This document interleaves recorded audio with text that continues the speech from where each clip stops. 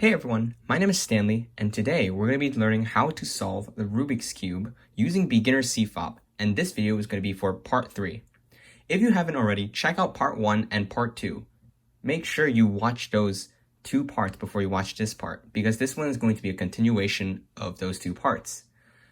In part 2, we learned how to do Look Pll, in which we got the entire top layer solved, but then the edges and the corners may not be correctly oriented. So, in this video, we're going to be learning how to do PLL, more specifically, Look Pll. For example, once we completed OLL, it might look something like this. PLL will arrange all the corners in the correct place and then orient them correctly in order to completely solve the cube. For advanced PLL, it's possible to just do one algorithm and solve the entire thing, as there are a lot of cases that you might have to memorize in order to do so. However, since this is Beginner CFOP, we're going to be doing something called Look Pll, in which we can memorize a 2-part sequence in order to make this much easier, and then you can memorize many less algorithms. So, in order to do this, first of all, after you complete OLL, you notice that the edges are all in the correct place, but the corners are not. So what do we do first? The first thing is we have to find a side. Looking at these two spots of the top layer, we look at these two. We have to find any of these 2 parts of the same color. So obviously green and blue, no. Orange and green, no. Red and red, yes. These 2 are the same color, and blue and orange are not. So this is the only side. Usually it's only going to be one side. No sides or all sides are going to be like that. And so in this case, we see one side is the same color for both corners on one side of the top layer. So what we do is we hold it so that that part in which the corners are the same, and then you hold it so that it's facing to the right here. And then hold it so that not only so that it's on the right, but the top layer is now facing toward you, so that this yellow face is pointing at you. Then you would have to perform this algorithm. We would move the right twice, so that there's a white here. We move this top layer twice, so that now you get some sort of L shape here. Then we move this right face up or clockwise, and then move this down part clockwise. Move this right part down, move this top part twice, and as you can see, it aligns it back.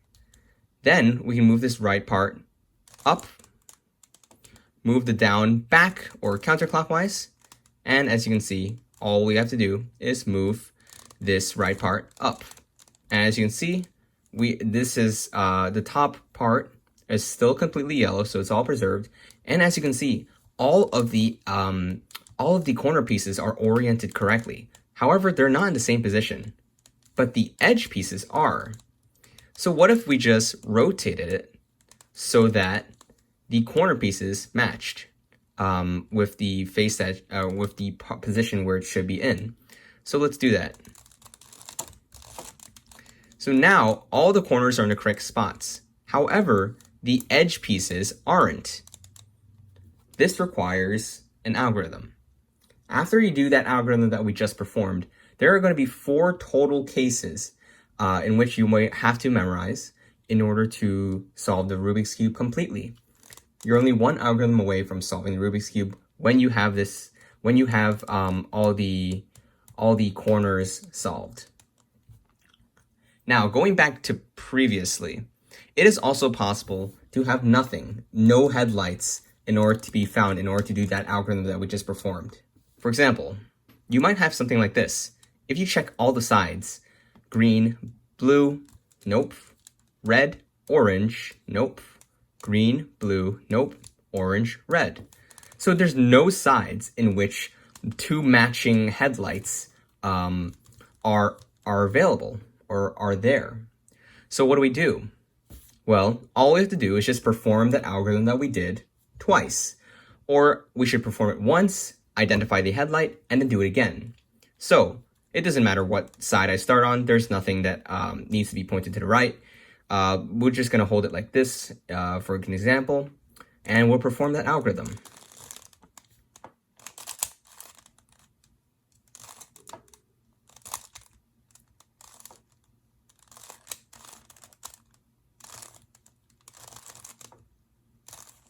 And now, as you can see, there is now a headlight that's available, even though the rest of them are not.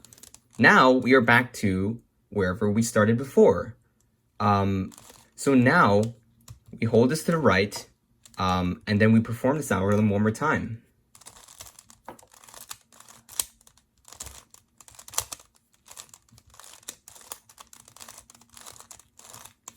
And now you can see once we move everything back, all the corners are in the correct position, oriented correctly, but the edge pieces are not.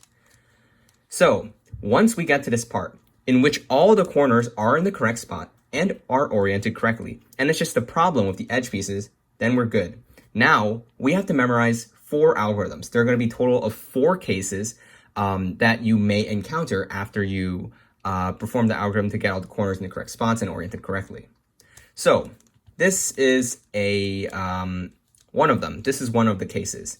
And so as you can see, all 4 of the edge pieces are not in the correct spots. However, the edge pieces should go opposite. See, this is a red piece here, and it should go over here.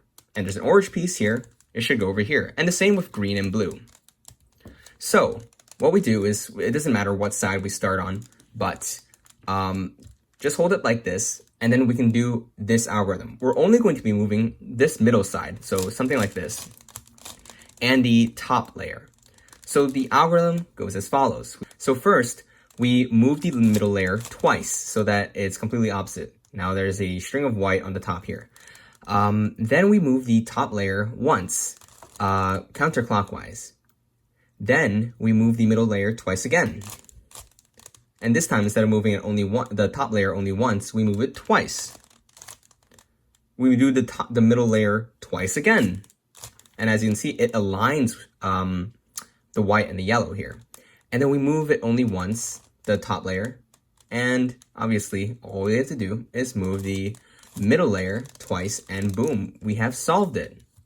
And that was a really interesting algorithm. It was kind of like an easy pattern that it's definitely easy to memorize.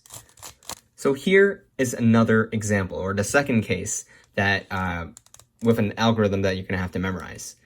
So in this case, instead of the edge pieces needing to go to an opposite side, there are 2 sides with the edge pieces flipped. So in this case, blue and orange, with the blue edge piece here and the orange edge piece here, and they should be swapped here.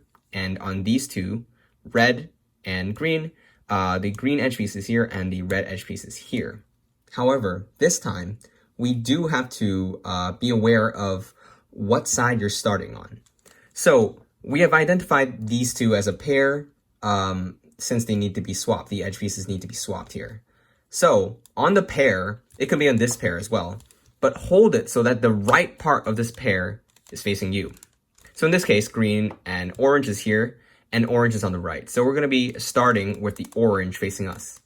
If you started with blue and red, have the red, since it's on the right here, facing us. Then we perform this algorithm. It's a little bit different from the previous algorithm, so just be aware of that. So the algorithm goes as follows. We do the middle layer twice, the top layer counterclockwise once, the middle layer twice again. This time, the top layer only goes once. And the middle layer goes up, only once though. The top layer goes twice. The middle layer goes twice. The top layer goes twice. The middle layer goes up once. And as you can see, all we have to do is move the top layer clockwise or counterclockwise twice. And as you can see, we have solved the cube. And for the third case, as you can see, this time it's going to be a little bit different. One of the edge pieces is already in the correct place. So we look at the remaining 3 edge pieces that are not. This orange needs to go to this side. This green needs to go into this side. This blue needs to go into that side. So the edge pieces, these three only, need to be rotated in this clockwise fashion. So the algorithm is, so hold it so that the middle of these three edge pieces, this one is the middle one with the other ones on the side, hold it like this, and then all we have to do is do this algorithm. So first, you move the right twice. Then we move the top face clockwise once. We move the right face up once. We move the top face clockwise again. We move the right face down one. Move the top face counterclockwise now. As you can see, it aligned with this block here. We move the right face down again. We move the top face counterclockwise again. And this also lined up this chunk. We can move this right face down and this line this chunk. We move the top face clockwise. And, it's very obvious that there's one move left and what we have to do is move the right face down and boom. We have solved the Rubik's Cube for the third case. Finally, this is the fourth case that you'll have to memorize. One side is solved, three edge pieces need to be moved. This time, instead of going in a clockwise fashion, it's going in a counterclockwise fashion. This blue edge piece needs to go to this blue side, this green edge piece needs to go to this green side, and this orange edge piece needs to go to this orange side. So, in order to solve this case, we're gonna have to perform this algorithm. The right face up, the top face counterclockwise, the right face up, the top face clockwise, the right face up, the top face clockwise, and you see it matches up this little chunk here. And we can move this right face up like this in order to match this chunk. Move the top face counterclockwise, and this chunk is created. Move the right face back down. Move the top face counterclockwise, and one more move, moving this right side twice, and we have finally solved the cube using the fourth case. So that was really it. For beginner CFOP, all you have to do is just do the cross like you did before, do F2L to more efficiently put in these chunks over here, do OLL, memorizing the algorithms to get the top side all solved. And then finally, using this to Look Pll, we can officially get the corners in the correct place, orient them correctly, and we have solved the cube. So as long as you practice, and I guess when you memorize the algorithms and then you practice it over and over, eventually it becomes muscle memory and it becomes much easier to perform those algorithms without really thinking about it or trying to recall it. It becomes almost natural in doing so, and in this way you can really speed up your time solving the cube. So I really hope that you learned how to do Look Pll in this video. If you're interested in any content similar to this, feel free to check out the Task Team channel. If you have any questions, feel free to email me in the description below. Thank you all for listening, and I'll see you in the next video. Happy cubing! Bye!